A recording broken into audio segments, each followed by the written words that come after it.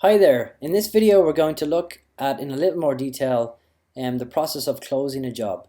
Okay, so once again I'm going to log into the interpreter portal with the username and password that was provided by the agency, and you should have reset your password by now for security reasons. Okay, so a few concepts to keep in mind when thinking about closing a job. Again, the act of closing a job is you submitting the actual times for the scheduled interpretation. It also involves adding any incidentals to the job, so that could be mileage, it could be parking, and whatever was agreed with you by the agency, either when you first began working for them, or perhaps you negotiated something in particular for a special one-off type of job. So it involves entering the actual start and end time for a job, adding any incidentals for the job, and optionally uploading what we call the signed verification of service form.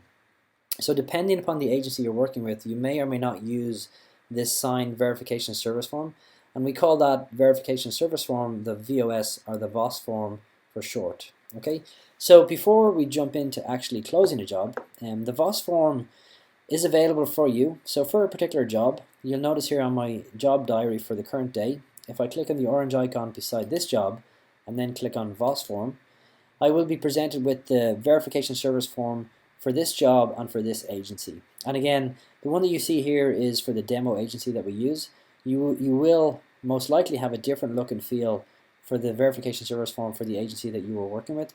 And do keep in mind that this is an optional step that your agency may or may not use. Okay, so once I click on the VOS form, I get a pop-up which gives me the form. It gives me all the information I need on the form, and there's areas for signatures as well. Now typically what you'll do is you'll either save this as a PDF or you'll print it off, and when you print it off you will then bring it to the appointment with you to get signed. Okay, so to actually get the printed verification service form, just to recap, you would click for any particular job that you wanted the form for. You would click on the orange icon beside the job and then click on VOS form. Okay, you would get the pop-up and then you would either print it off or save it as a PDF. You would then bring that to the appointment with you, at which point you would get it signed by the doctor, by the lawyer, whatever the case may be, whatever is relevant for that appointment. Okay, so what we're going to look at now though is the actual act of closing a job. Okay, so from here you'll notice that the table below tells me that I have a number of jobs past due. And what it means by past due is that it means that I have not yet closed these jobs. And keep in mind that this is a demo or a demonstration agency with an example interpreter. And in this case, the interpreter has 64 jobs past due, which should never ever happen to you in reality. At most, you should probably have jobs which are to be closed for the last couple of days in the worst case scenario. So you should never see a number as high as this. Okay, but again, for this demonstration, we're going to use this list of jobs here. So you'll see that there's a job as far back as August or September here that we're going to close. Now to close the job, you would actually select the orange icon beside the job and then click on Close Job. Okay, once you do that, you'll get a pop-up, and on the pop-up you'll notice that we have a summary of the job with some information, so you would verify that that's the correct job that you want to close. You'll notice that we're presented with the start date and the start time, and we have an empty box for the actual end time. Okay, so what I'm going to do in this example is, let's say the job was ended up finishing at 2 p.m. or 2:30 p.m. Let me then enter 2:30 p.m. and you'll notice that the calculated duration then appears here. So keep an eye on that and note that it appears as what you'd expect. Okay. The next thing that you will need to do is, if there's any incidentals that you want to add to the job, so that could be mileage, it could be parking, etc., you would then click on the Incidentals tab. And on the Incidentals tab, you'll notice that for this job currently there are no incidentals. So let's say that on this job I had to drive 50 miles to the job. I would then add an incidental. I would choose mileage from the drop down. You'll notice that once I choose mileage, the description populates with mileage. And then in this example I'm going to put in 50 miles for the number of miles that I've traveled. Now the next thing, so that this is properly saved, is you would then click on the save icon beside the incidental, which will then save. And let's say we also had parking that we wanted to add. I would add another incidental, select parking, and you are free to add some additional description here. This could be parking downtown, Or again, you can just leave it to be the default. And let's say the parking was $8.50.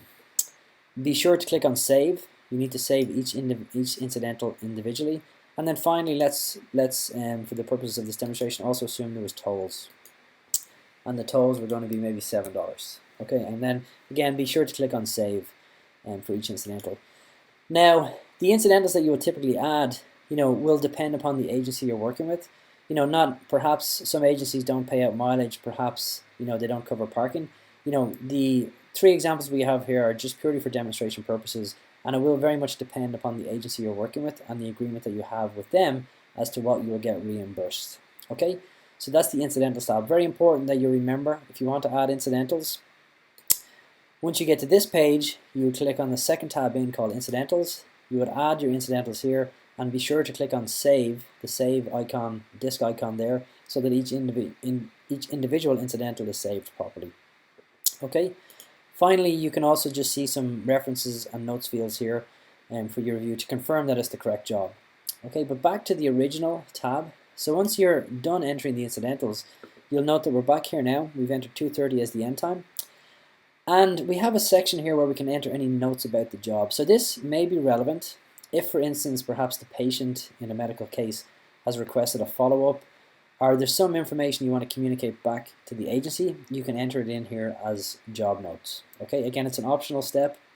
It's not required, but anything you'd like to notify the agency of, you can enter it via the job notes. It may also be worthwhile following up with the agency directly to make sure that they've received that. Okay. Now the final step, and again this is an optional step depending upon the agency you're working with, is to actually upload the signed verification service form. Okay, so if the agency you're working with does not require this drop down will not appear here. Okay, but if they do require the verification service form, you have two choices. You can either upload the scanned version, or you can select the fact that paperwork will be submitted offline. So if for some reason you can't scan your paperwork, or you're not in a position to be able to do that, you can simply select paperwork to be submitted offline, at which point you'll get a brief note here, and then you can close the job. But in this example, what we're going to do is we're actually going to upload a signed verification service form. Now, if I select this job here, if I select upload signed verification service form, I then get an option to select the form to upload. So I'm now going to browse for this form. And I have an example here, this VOS scanned. It's actually the form that I have prepared earlier. And this is the form that I would have brought to the appointment, got signed, and then scanned, and now I'm uploading it back into the system. I would then click on the upload button. You'll see the progress bar indicating the form has been uploaded. And once that's done, we're now ready to actually properly close the job. So again, the 3 steps in closing the job, the last one being optional, is to enter the actual end time, is to enter any incidentals that you've had on the job, and then finally, if your agency requires this, to upload your signed verification service form in this manner. Okay, now I can finally close the job by clicking on close job. You will then get a disclaimer that you are asked to agree to. So in this case, it's saying by closing this job, you're stating that this is a timesheet and it's valid information, etc. You would then agree to that, assuming that you do agree to it. Click on agree. The job is successfully closed, and the job is now in a closed state. Okay, so the next time I refresh this, so this is back on the 20th.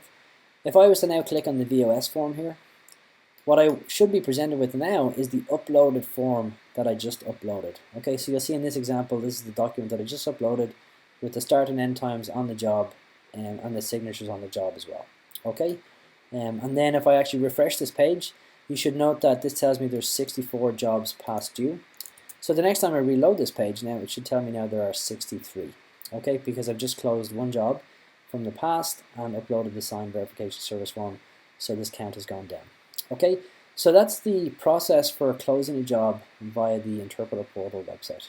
Thank you.